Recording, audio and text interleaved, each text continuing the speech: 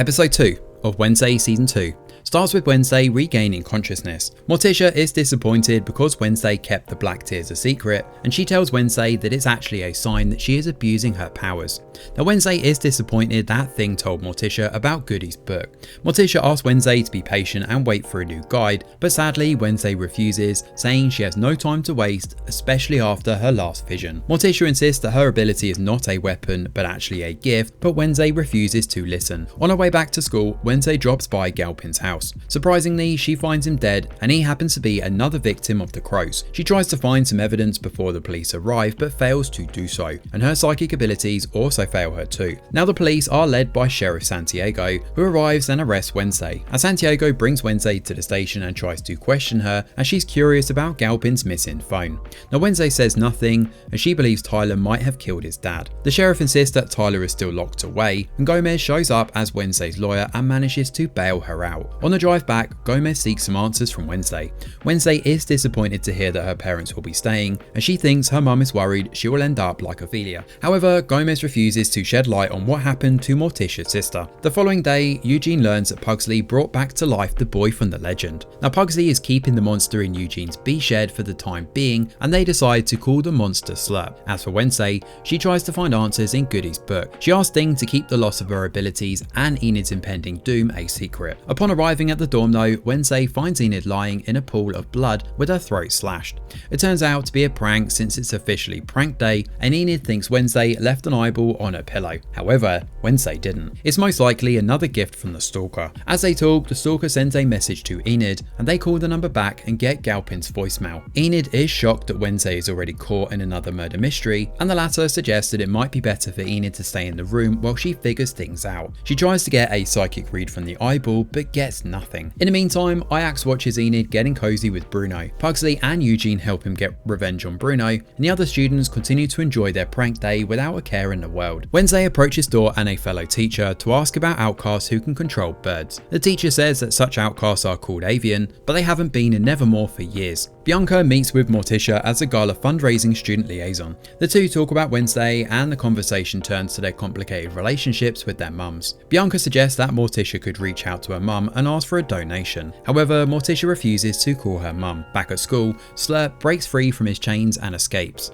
Wednesday steals Enid's driver ed consent form, and she uses the opportunity to get a ride to Willow Hill. Now Morticia drops by the dorm and scolds Thing for keeping them in the dark, but Thing counters by saying they treat him like a servant. Morticia apologizes and takes Goody's book. As for Wednesday, she traumatizes the poor driving school teacher as she drives to Willow Hill. And at Willow Hill, she meets with Dr. Fairburn, Tyler's psychiatrist. Now Fairburn knew Wednesday would visit sooner or later, but she's been unable to make a breakthrough with Tyler, making Thornhill rather unforthcoming. Thornhill is in a different facility, and Fairburn needs Wednesday's help. The meeting with Tyler goes about as well as expected. He thinks Wednesday sensed his darkness and fell for it, and according to Tyler, Wednesday got lucky, but not because she's smart. Now Wednesday breaks the news of Galpin's death, but Tyler refuses to help. Instead, he threatens to kill Enid when he gets free. This provokes Wednesday, and she belittles him, and in turn, Tyler loses his cool and nearly turns into his monster self.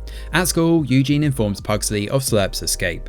Enid finds a package for Thing, and she's saddened when she realizes the Addams family forgot Thing's birthday. As she comforts him, someone locks Thing in his little house and kidnaps Enid and Bruno. Meanwhile, Dor orders Bianca to use her siren powers on Morticia to get her to ask her mother for a donation. It turns out Bianca can't use her gifts on Dor thanks to a relic he carries with him. In the evening, Wednesday gets to the dorm to find Thing locked in and Enid gone. The stalker calls Wednesday and gives her 30 minutes to find Enid and Bruno alive. Outside her door, Wednesday finds a clue. On her way to save Enid, Wednesday runs into Capri. Now Capri invites Wednesday to join her orchestra for the gala, but Wednesday turns down the offer. Capri insists though, and a conversation gives Wednesday a clue on how to find Enid. She heads to the music room and plays the note on the clue card, and a random mystery door opens up. Wednesday and Thing walk through it, but someone else is following them. They can't see who it is though, and the passage leads to the closed Diego Tower, where Enid and Bruno are chained up. While waiting to be saved, Enid and Bruno try to free themselves before a set of knives fall on their heads. Enid knows they are in this situation because of Wednesday, but she doesn't blame her. Finally, Wednesday arrives and figures out the answer to the a clue.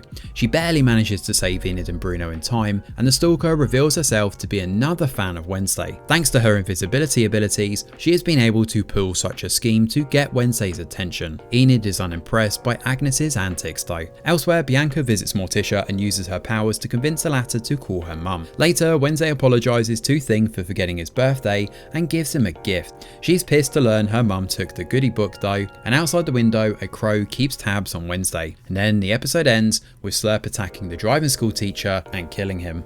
So this episode gives us a hint at the similarities between Wednesday and her aunt Ophelia. Morticia never talks much about her sister, but she worries her daughter might suffer the same fate. Simultaneously, we see Wednesday get some closure on the Tyler issue, and their confrontation was certainly necessary. Now Galpin's death gave Wednesday the perfect reason to see Tyler too, and based on a teaser, we know Tyler's story is not over, and we still have a lot of questions about this. This latest mystery only adds fuel to the fire. What is happening at Willow Hill? Is it possible that the avian is one of the Willow Hill victims? As for the stalker mystery, this episode certainly gives us some answers. It turns out it was just a young fan trying to get Wednesday's attention, and for what it's worth, Wednesday looked mildly impressed by Agnes's plot. Given Agnes's abilities, it would serve Wednesday to keep her close. Once again, our suspicion of Dort's motive grows. Why is he intent on getting Morticia's mum to donate to the school? Is he only trying to save Nevermore, or is there something more nefarious going on here? Meanwhile, Pugsy is raising another monster, and things are taking a dark turn quicker than anticipated. Thanks for watching, and do let us know your thoughts in the comments below. Smash a like or subscribe to the channel, your support is very much appreciated. I'm Greg Wheeler, and from all of us over here at The Review Geek, we'll see you on the next video.